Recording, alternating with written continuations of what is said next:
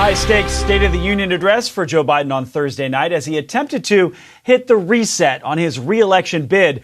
The president delivering a speech that sounded more like a campaign rally as he attacked the former president and 2024 challenger Donald Trump. My predecessor, a former Republican president, tells Putin, quote, "Do whatever the hell you want." My predecessor and some of you here seek to bury the truth about January 6th. I will not do that. My predecessor came to office determined to see Roe v. Wade overturned. He's the reason it was overturned, and he brags about it. My predecessor failed the most basic presidential duty that he owes to American people, the duty to care. So we're back with Dan Hanger, Kim Strassel, and Jason Riley. So 13 times President Biden said, "my predecessor." That was the most partisan State of the Union address that I've heard. Now, Jason, I want to get your take on it. Well, this is going to be about character assassination. I think that's the lane that Joe Biden is going to run in.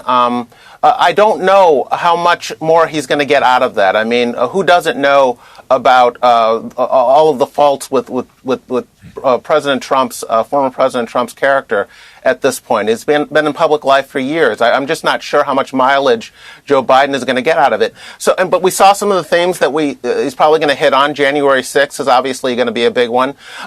Trump wants to run on his pre-pandemic record.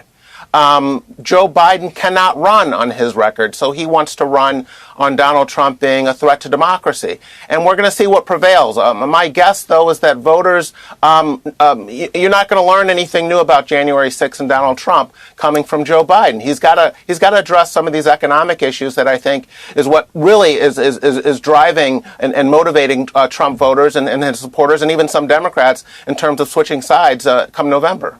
Yeah, as well as independents. They're very upset about where the level of prices are. So, Dan, there was not a lot of unity in the State of the Union speech. He was mainly talking to his base, it seemed, trying to hold voters rather than getting new voters, right? Yeah, absolutely. I mean, it was a campaign rally speech. There's no question about it, rather than a State of the Union.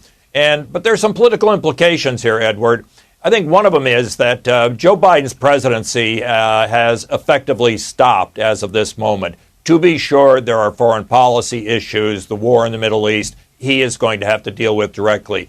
But domestically, it's over. And the reason is he spent so much of that speech actually baiting and insulting Republicans. These are the Republicans still in Congress who he presumably needs to vote for the Aid for Ukraine bill, and I think he has very much put that at risk. And secondly, immigration. He touted the Langford compromise, but the way he talked about it, I think guaranteed that the immigration bill is dead.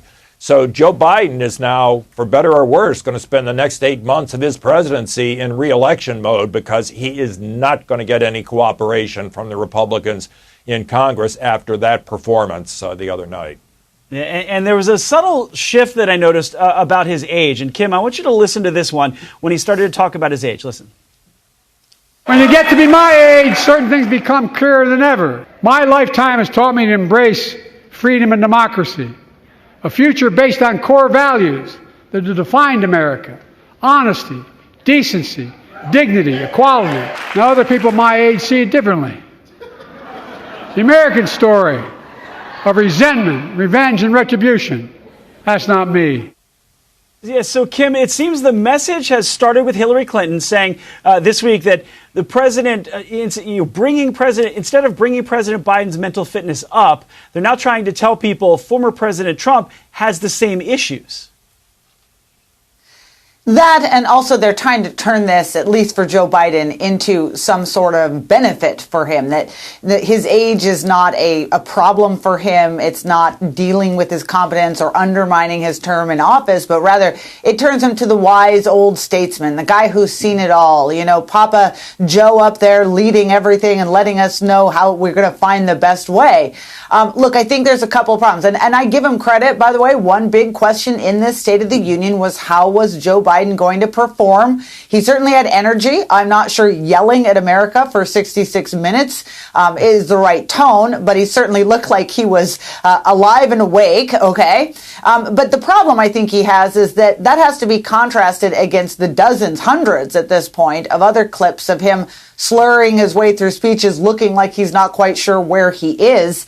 I'm not quite sure one performance like this turns that question around for him. And I'm not sure, given the general state of the economy and all the other problems in the country, that anybody can hear Joe say, look, I'm the wise old guy, and feel as though that's turning into or equals something that's good for the country.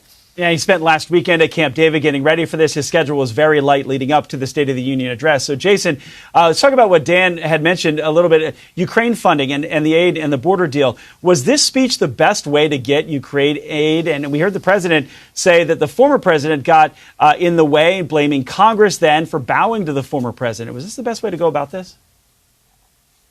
Well, I liked what he said initially about Ukraine and standing up to Russia and being and saying, Russia will not stop at Ukraine, and we need to do something about it. It's in our national interest to do something about it. The problem was that he then pivoted and compared the threat that Putin poses to the threat that Donald Trump poses. So I think he just stepped on everything he had just said prior to that when he made that comparison, and that's what the direction he seems to want to go in this election, that it's going to be about character assassination, January 6th, and so forth. And I think he knows that if this comes down to a comparison of Donald Trump's record before the pandemic and Joe Biden's record, he doesn't stand a shot. So he's essentially got to change the subject from that. Yeah, and Dan, in the last 30 seconds that we have here, cabinet members and senior administration officials are fanning out this month, going to 26 different locations. Is this the launch, then, of the re-election campaign instead of sort of a State of the Union? It is the launch, Edward, and what we learned is the question was, would Joe Biden make an appeal to Haley voters? There was nothing there for them. Those voters are still on the table. Joe Biden is going to run to his left. He's decided that's where his weakness is, and that speech the other night made it clear that the left is what he expects to get him reelected, not Haley's voters in the center.